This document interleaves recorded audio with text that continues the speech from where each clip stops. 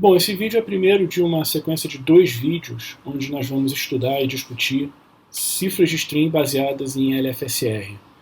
Nesse primeiro vídeo, a gente vai discutir o modelo mais simples que pode ser construído, que é aquele em que a gente simplesmente conecta a saída de um LFSR ao canal da keystring, em um modelo clássico de cifras de string. Nós vamos estudar a segurança desse modelo, dessa primeira tentativa de construção de uma cifra de string baseada em LFSR, e vamos ver que é relativamente simples para um atacante quebrar a segurança desse sistema, partindo do princípio que ele é capaz de fazer um ataque do tipo non-plaintext, em que ele tem alguns pares de bits de mensagem plana e bits de mensagem cifrada. Mas o modelo vai ser uma motivação para, no segundo vídeo dessa sequência, a gente construir cifras um pouco mais elaboradas, com mais de um LFSR e que vão ter um nível de segurança bastante razoável. Bom, como nesse vídeo e no próximo vídeo nós vamos construir várias cifras baseadas em LFSRs, eu vou começar apresentando uma maneira mais simples de representar essa estrutura, que são os Linear Feedback Shift Registers.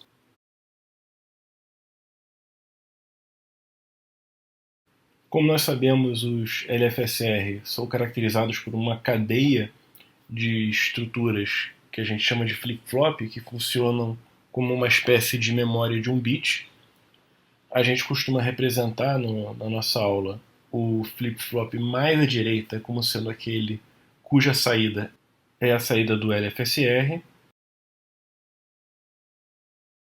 e a entrada desse flip-flop está conectada à saída de um outro flip-flop, cuja entrada, por sua vez, está conectada à saída de um outro flip-flop, até o primeiro flip-flop dessa sequência.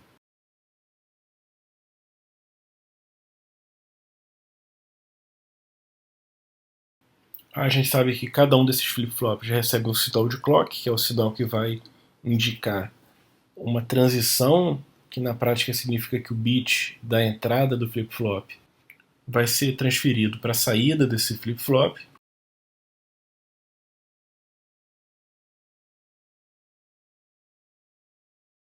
E a gente sabe que a gente tem um canal de realimentação através do qual alguns dos bits de saída de alguns flip-flops são realimentados para o primeiro flip-flop da sequência, para o flip-flop mais à esquerda.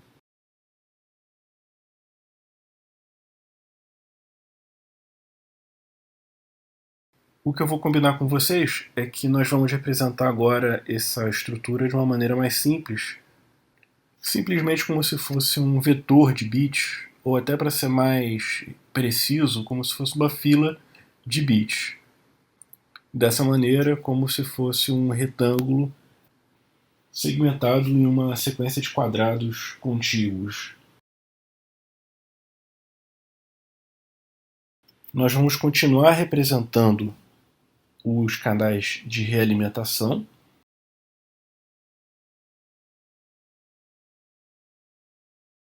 mas não vamos mais representar o sinal de clock, porque ele não adiciona muita informação ao nosso diagrama. A gente sabe que vai existir um processo de clock, que esse clock vai alimentar todos os flip-flops que estão internos ao LFSR, então não há necessidade de gastar espaço desenhando esse canal de clock. No geral, então, a gente vai representar o nosso flip-flop apenas como esse retângulo dividido em quadrados e o canal de realimentação, além do canal de saída. Bom, dito isso, a gente passa ao nosso primeiro exercício de cifra de string baseada em LFSR, e a nossa primeira construção vai ser a construção mais simples possível, que é a construção onde eu tenho um LFSR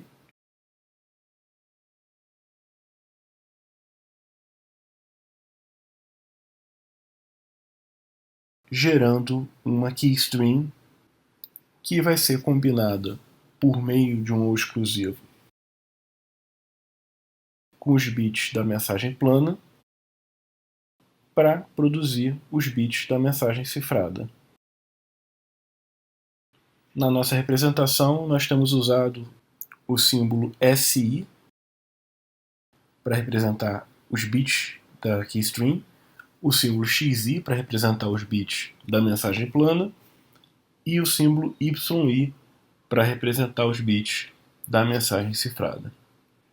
E aí a pergunta é, como eu posso usar essa estrutura para implementar um modelo de cifra baseado em chave simétrica como aquela que nós conhecemos? E a primeira pergunta é como uma chave criptográfica secreta poderia ser usada nesse esquema. E aí você teria duas possibilidades de usar a chave criptográfica nesse modelo aí que eu estou apresentando. Uma primeira, que não é a mais comum, mas seria uma possibilidade, seria a chave criptográfica definir qual é a regra de realimentação que vai ser utilizada nesse LFSR, porque a regra de alimentação é um dos elementos que vai definir qual é a keystring que vai ser gerada. Esse modelo, a princípio, seria possível, mas ele tem algumas limitações, algumas desvantagens, na medida em que nem toda regra de realimentação vai produzir uma keystring interessante, né? A gente sabe que determinadas regras de realimentação podem levar a keystrings com ciclos muito curtos. Então você teria que ter uma espécie de tratamento das possíveis chaves, né? Quais são as possíveis chaves. Determinadas chaves seriam proibidas, mas é uma abordagem teoricamente possível.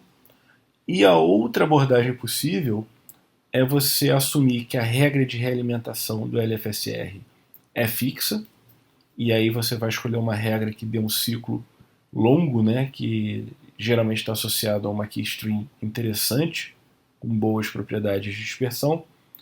E a chave, na verdade, ela tem o papel de definir qual é o estado inicial do LFSR, porque naturalmente esse estado inicial vai definir qual é a sequência de bits que vai ser produzida a partir desse estado inicial.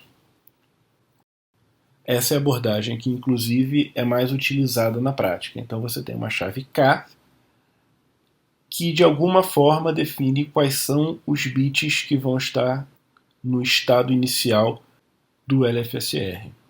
Por exemplo, se eu tiver um LFSR com M bits, eu poderia ter também uma chave secreta com M bits, que seria, por exemplo, copiada para o estado interno do LFSR. Cada um dos bits da chave seria copiado para os bits do LFSR.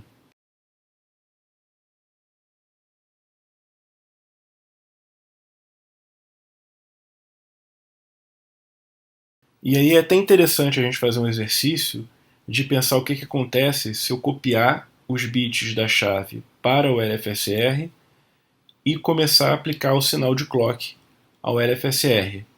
Qual vai ser a keystring gerada?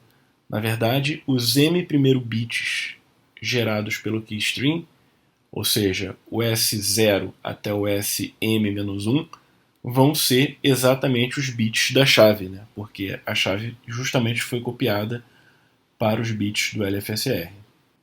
E aí eu até já adianto uma outra prática que se observa nas cifras de string baseadas em LFSR, que é, após a inicialização desse LFSR, que de alguma forma vai derivar da chave criptográfica, geralmente você deixa esse LFSR ciclando, né? Ou seja, você aplica o sinal de clock uma grande quantidade de vezes para você, de alguma forma, descorrelacionar o SI, ou o conjunto de SIs, né? O conjunto dos bits da keystring, e a chave.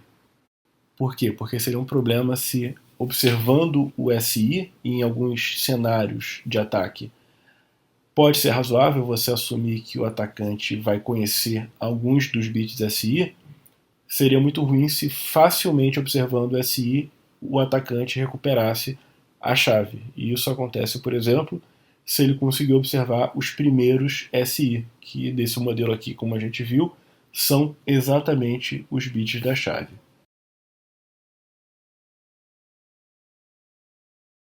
Então, em resumo, como é que funciona esse nosso esquema baseado em LFSR para construir uma cifra de string? Eu tenho o nosso modelo tradicional, com os bits da mensagem plana XI sendo combinados com os bits da keystring SI por meio de um OU exclusivo. Os bits SI são a saída de um LFSR cujo estado inicial é definido pela chave criptográfica e cujo conjunto inicial de bits produzidos, digamos os primeiros 1000 bits, são descartados na expectativa de que você perca a correlação entre a keystring e a chave criptográfica que definiu o estado inicial do LFSR. E aí o que eu vou mostrar para vocês agora é que, embora essa abordagem pareça bastante prática, ela é sujeita a um ataque relativamente simples por conta da linearidade da LFSR.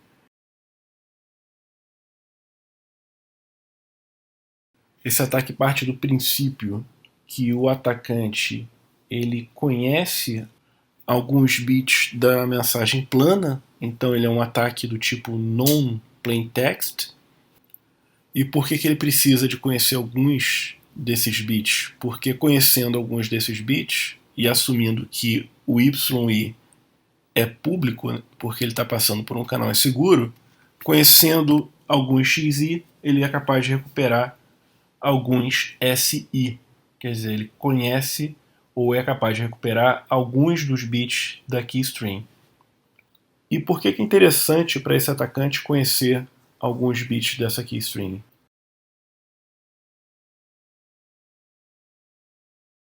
Suponha que eu tenha um LFSR com M mais 1 estados, que eu vou numerar de 0 até M da direita para a esquerda.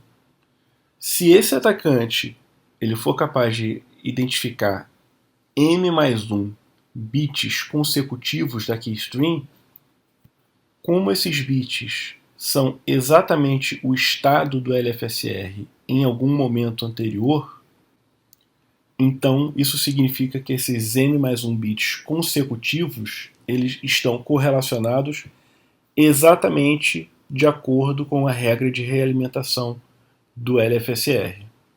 Então suponha que um atacante ele é capaz de observar uma sequência de bits SI, e eu vou chamar de S0 o primeiro bit que esse atacante foi capaz de observar. Não necessariamente é o primeiro bit produzido pelo LFSR, mas é o primeiro bit observado pelo atacante. Então ele observa o bit S0, depois observa o bit S1, depois o S2 e assim por diante até o SM. O que eu posso dizer é que esses bits são exatamente os bits que definem o estado do LFSR em algum momento. Então, em algum momento anterior, e na verdade, exatamente antes do atacante observar o primeiro bit, o estado do LFSR era definido pelos bits S0, S1, S2 até SM, preenchidos aqui da direita para a esquerda. E o que isso significa? Isso significa exatamente que esses M mais 1 bits estão correlacionados de acordo com a regra de realimentação. E aí eu vou abrir um parênteses aqui sobre como representar essa correlação entre esses M mais 1 bits. A gente tem até agora trabalhado no cenário que eu conheço a regra de realimentação, mas eu vou escrever aqui de uma maneira genérica, onde eu a princípio não sei se cada um dos bits do estado interno do LFSR é ou não realimentado, se ele influencia ou não no bit mais à esquerda do LFSR. Como é que eu vou representar isso? Eu vou usar para cada bit um multiplicador PI, onde PI vai ser 0 caso esse bit não seja aproveitado na função de realimentação, e vai ser 1 caso esse bit seja utilizado na realimentação. Fechado esse parênteses, feita essa observação, como é que fica então a nossa equação que relaciona os bits S0 até SM? Basicamente, o SM vai ser igual a uma soma módulo 2 dos bits SM-1 até S0, considerando esse multiplicador PI que vai definir se cada SI é ou não aproveitado na função de realimentação. Então eu tenho Pm-1 Sm-1 mais Pm-2 Sm-2. Eu vou aproveitar para dar uma organizada aqui no quadro e liberar espaço aqui para escrever essa equação inteira.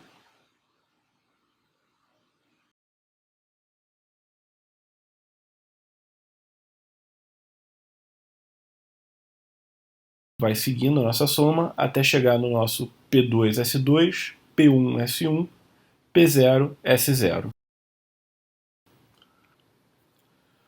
Agora suponha que o atacante também é capaz de observar o bit Sm mais 1. Isso significa que esse atacante é capaz de observar um outro estado interno do LFSR, a saber, o estado em que o LFSR tem os bits de S1, considerando o bit mais à direita, até o Sm mais 1, considerando o bit mais à esquerda. E, mais uma vez, esses M mais 1 bits vão estar correlacionados por meio da regra de realimentação. Ou seja, Sm mais 1 vai ser igual a Pm menos 1 Sm mais Pm menos 2 Sm menos 1, assim por diante, até P2S3, P1S2, P0S1.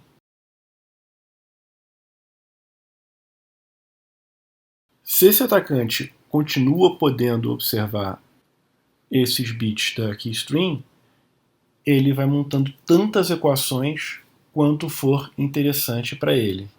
Então, por exemplo, suponha que ele observa todos os bits até o bit S2M-1.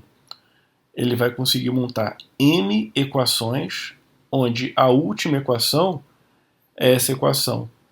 S2M-1 é igual a Pm-1 S2M-2 mais Pm-2 S2N-3 e assim por diante até P2SM mais 1, P1SM, P0SM-1. E aí, por que é interessante esse atacante montar esse sistema de equações? Porque mesmo que ele não conheça os valores de P, ou seja, mesmo que ele não conheça qual é a regra de realimentação, seja porque essa regra é definida a partir da chave, seja porque, por algum motivo, o projetista dessa cifra optou por manter essa regra em segredo, o atacante, ao montar esse sistema de equações, ele tem um sistema de equações lineares com m equações e m incógnitas, que são esses PI variando de 0 até m-1. Como o atacante conhece todos os valores de SI, ele pode resolver esse sistema de equações e descobrir cada um dos valores dos PIs e assim recuperar qual é a regra de realimentação que está sendo usado por esse LFSR nessa cifra. E aí, uma vez que ele conheça essa regra de realimentação, ele consegue determinar todos os bits SI que vão ser produzidos dali para frente. E não apenas isso, ele também consegue recuperar bits anteriores. Por que motivo? Bom, suponha que eu chamo de S-1 o bit imediatamente anterior ao primeiro bit observado pelo atacante. Lembra que a gente combinou que o bit S0 tinha sido o primeiro bit observado pelo atacante. Se eu chamar de S-1 o bit anterior da keystring, isso significa que o estado do LFSR imediatamente anterior ao estado que foi primeiramente observado pelo atacante, era um estado onde o bit mais à direita do LFSR era o S-1, imediatamente à esquerda você tinha o S0, depois S1 e assim por diante, até o bit mais à esquerda como sendo o SM-1. Só que, por hipótese, eu conheço todos esses bits a menos do S-1, que foi o bit imediatamente anterior ao início da observação pelo atacante. Só que, mais uma vez, esses bits, esses M-bits, estão todos correlacionados justamente por meio da regra de realimentação. Ou seja, o SM-1 é igual ao PM-1 SM-2 mais PM-2 SM-3, assim por diante, até P2 S1, P1 S0, P0 S-1. E aí eu tenho uma equação onde eu conheço todos os valores a menos do S-1, o que me permite determinar unicamente qual é o valor de S-1. Ou seja, observando um conjunto consecutivo de bits da keystring, o atacante é capaz de identificar qual é o bit anterior ao primeiro que ele observou. E, obviamente, se ele é capaz de recuperar o imediatamente anterior, que é o S-1, ele também consegue recuperar o anterior a esse S-1, que eu poderia chamar de S-2, e ele conseguiria recuperar o S-3, S-4 e assim por diante, permitindo recuperar a totalidade dos bits produzidos como keystring pelo LFSR, e assim podendo descriptografar todas as mensagens que foram criptografadas a partir dessa keystring.